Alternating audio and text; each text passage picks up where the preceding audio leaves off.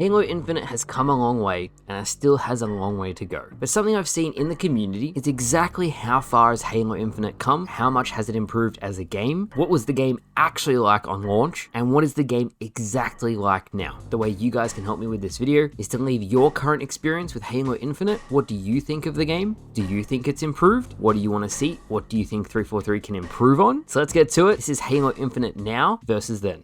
Now, the biggest difference between launch and Halo Infinite now is content. Arguably, the most important thing about a game is, does the player have enough things to play so they're not going to get bored, they can play a number of different experiences, and there's enough variety to sustain their interest for an extended period of time. And at launch on Halo Infinite, it's pretty safe to say that was not the case. We had 4 playlists: Bot Bootcamp, BTB, Quick Play, and Ranked. And Big Team Battle didn't even work. I'm not sure if you remember, but the servers were terrible in it, and the playlist was basically broken for months. Halo Infinite, as of me making this video, has 18 playlists. We have free-for-all, we have 4v4, multiple Big Team Battle playlists, experimental playlists, rotational playlists, permanent playlists, and even each theme, so free-for-all, 4v4, and 8v8, have their own rotating playlist. That's not all. Halo Infinite at launch did not have Forge, and Forge is a huge part of the core Halo experience. Halo 5 Forge was phenomenal, and Halo Infinite's Forge took it to the next level. Once 343 released Forge, we are up to almost 50 maps in matchmaking. There's been classic maps that have been remade. The Squad Battle playlist is one of the best playlists 343 has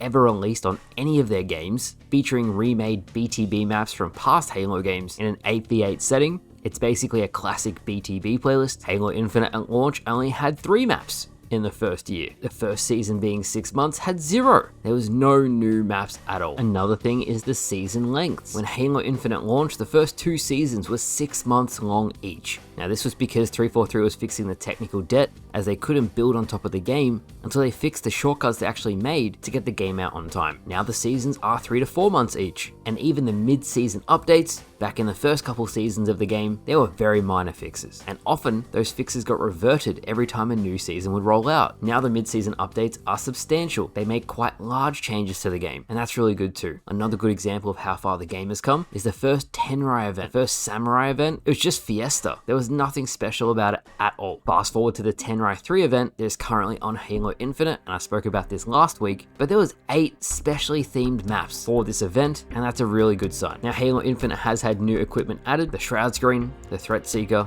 and the Quantum Translocator. As for new weapons, we've only gotten the Bandit, and in terms of new features, 343 dropped the custom games browser early for last year's winter update. Now I personally think Halo Infinite should have been delayed an extra year. If you gave 343 an extra year, the technical debt would have been fixed. The game would have launched with Forge, and then 343 would have been able to hit the ground running, releasing all these awesome Season 3 and Season 4 updates we've seen at the very start of the game's life cycle, which I think would have been more impactful. Now I personally don't think 343 had much of a say on whether they could delay the game again. I recently found out that Halo 2, which had a notoriously bad development cycle, was initially supposed to launch in 2003, but was delayed until 2004, but many members of the Microsoft board, the executives at the time, wanted to launch Halo 2 completely broken. When are they gonna learn their lesson? Seriously, from my understanding, it's honestly like they voted yes, the game should release out of spite, as they were going against someone else on the board who they didn't like very much. But the fact Halo 2 could have launched in a completely broken state, and Halo Infinite clearly launched when it was not ready, I hope whatever game comes next, in whatever form it is a complete game at launch. Now Halo Infinite has improved quite a lot. I spoke about the maps, the content, but what about the match quality? What about desync? What about customization? And you can still find matches fairly quickly if you're American. If you are outside of America, you cannot find games really at all, as the game locks you out of playing, which I still think is ludicrous. You guys have been seeing I've been playing Titanfall. I can pick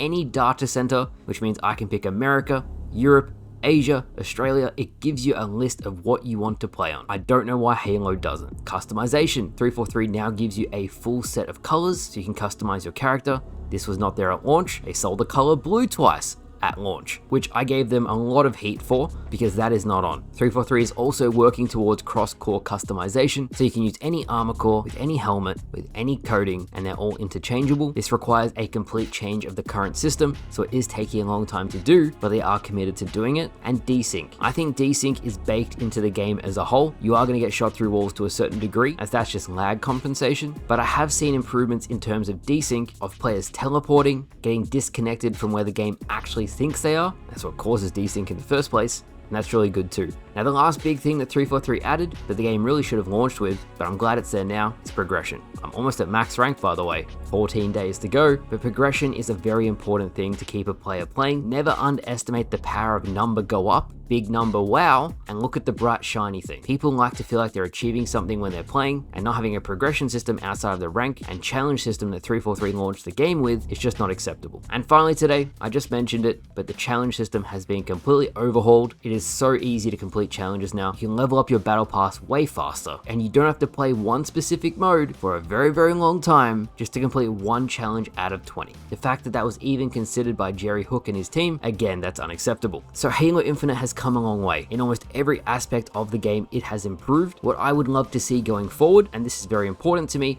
are social features so everyone feels like they can make friends. So a post and pre-game lobby, being able to talk to the enemy team in both text and voice chat, and the option to party up with players after a game. I think social features are the most important part of a game, and I really hope 343 invests in that going forward. So what I want to see from you guys in the comment section is this: has Halo Infinite improved? Do you think it's heading in the right direction? What do you want to see more of in the future? I look forward to hearing what you guys have to say in the comments below, but thank you all for watching. I hope you all enjoyed. Back again tomorrow, and I'll see you guys later.